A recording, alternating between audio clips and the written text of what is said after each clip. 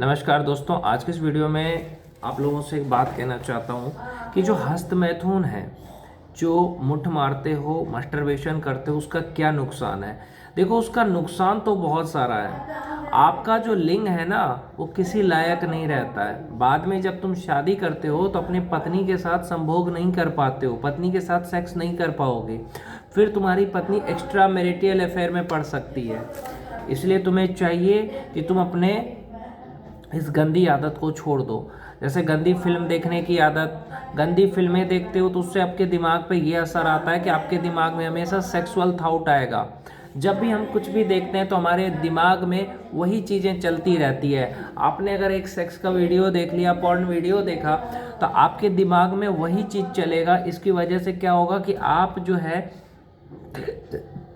धीरे धीरे करके उस आदत में पड़ जाओगे। उससे आपकी ज़िंदगी खराब होगी।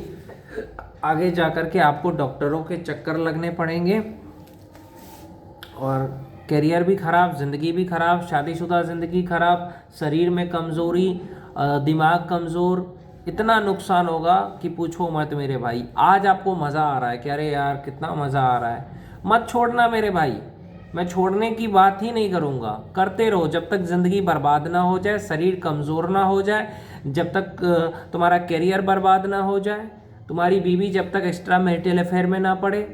इसलिए करो ताकि आगे जाके तुम्हारी बीवी एक्स्ट्रा मैरिटल अफेयर में पड़े। आज जो तुम मुठ मार रहे हो ना, हिला रहे हो ना, आगे जा करके जब तुम अपनी पत्नी के साथ करने जाओगे 2 मिनट भी नहीं टिक पाओगे। और फिर तुम्हारी जो पत्नी है वो कभी तुम्हारे भाई के साथ, कभी तुम्हारे दोस्तों के साथ कहीं बाहर जाके मुंह मारेगी। उसका सबसे बड़ा कारण होगा तुम्हारी बचपन की गई गलतियाँ। इसलिए मेरे भाई अभी समझ जाओ। अगर अभी भी अगर तुमने छोड़ दिया ना तो सब ठीक हो जाएगा, नहीं तो आगे जाके तुम्हारी पत्नी कहेगी तू तो नामर्द है, तू कुछ नहीं कर पा रहा है तो मैं क्या करूं।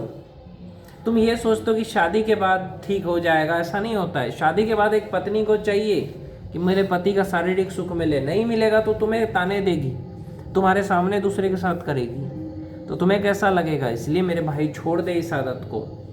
क्राइम अलर्ट में मैंने देखा था एक लड़का के पास यही प्रॉब्लम था। उसकी पत्नी क्या करती थी, जो योगा टीचर आता था उसके साथ करती थी, वो भी उसके सामने। तुम कुछ बोल भी नहीं पाओगे अपनी पत्नी को, तुम्हारी पत्नी तुम्हारे साथ दूसरे के साथ करेगी और तुम कुछ नहीं बोल पाओगे, क्योंकि तुम तो नामर्द हो। तुमने तो पहले ही बचपन की गलतियों के कारण अपने लिंग को कमज़ोर कर लिया। तो मेरे भाई प्लीज़ छोड़ दो, अभी वक्त है, संभल जाओ, नहीं तो आगे जाके जब बीवी तुम्हारी दूसरे के पास जाके ठुकवाएगी, इससे तो अच्छा है कि अभी संभल जाओ, है ना। और इस गंदी आदत को छोड़ करके एक अच्छी ज़िंदगी जियो। आज तुम किसी से लड़ नहीं पाते हो, आज तुम्हारा पढ़ाई में मन नहीं लगता, किसी काम में मन नहीं लगता, जल्दी थक जाते हो, शरीर कमज़ोर है, इतनी सारी कमियां दिख रही है ना। आपका जो लिंग है वो भी कमज़ोर हो चुका है, तो इतनी सारी कमियां हैं तो फिर क्यों नहीं छोड़ते मेरे भाई। छूट नहीं रही है। एक्सरसाइज करो, जिम जाओ, टाइम पे सो जाया करो, मोबाइल में गंदी वीडियो मत देखो, सब छूट जाएगा मेरे भाई। इसका परिणाम देखो कितना ख़राब है। जो 10 साल 20 साल से कर रहे हैं उन लोगों के तो लिए बहुत ज़्यादा नुकसान है मेरे भाई, बहुत नुकसान है। आगे जाके शादीशुदा ज़िंदगी खराब होगी। मेन बात ये है, तुमसे शादी कौन करेगा। तुम्हारी गर्लफ्रेंड नाराज़, तुम्हारी पत्नी नाराज़, समझ रहे हो। मैं यहाँ पे ब्रह्मचारी बनने नहीं कह रहा हूँ, मैं कह रहा हूँ कुछ दिन के लिए आपको ब्रह्मचर्य का पालन करना है, जब तक कि आपका ठीक ना हो जाए। आपने 10 साल 20 साल से किया है तो उसको ठीक होने में कम से कम 5 साल तो लगेगा ही। गलतियों को ठीक करने में समय तो लगता ही है। बहुत सारी भारत की महिलाएं हैं जिनको ऑर्गेज़म नहीं मिलता है, फिर भी वो कहती कि हाँ हमको संतुष्टि मिल गया। वो इसीलिए कहती कि कहीं पति जो है वो नाराज़ ना हो जाए। और यहाँ पे पति सोचता है अरे मेरा तो हो गया। तो भैया तुम अपनी ज़िंदगी तबाह कर रहे हो, बर्बाद कर रहे हो इस हस्त मैथुन के चक्कर में। अगर तुम मुठ मारना आज नहीं छोड़ते हो तो कल के दिन में तुम्हारे साथ वो सारी घटनाएं घटेंगी जिसकी तुम उम्मीद नहीं कर सकते हो। तुम्हारी पत्नी नाराज़ रहेगी, तुम्हें हार्ट अटैक जैसी प्रॉब्लम आ सकती है, वेलेंटाइस, पता नहीं कितनी सारी चीज़ें हैं जो आपको होगा। और फिर भैया ज़िंदगी तबाह बर्बाद, फिर किसी लायक नहीं रहोगे।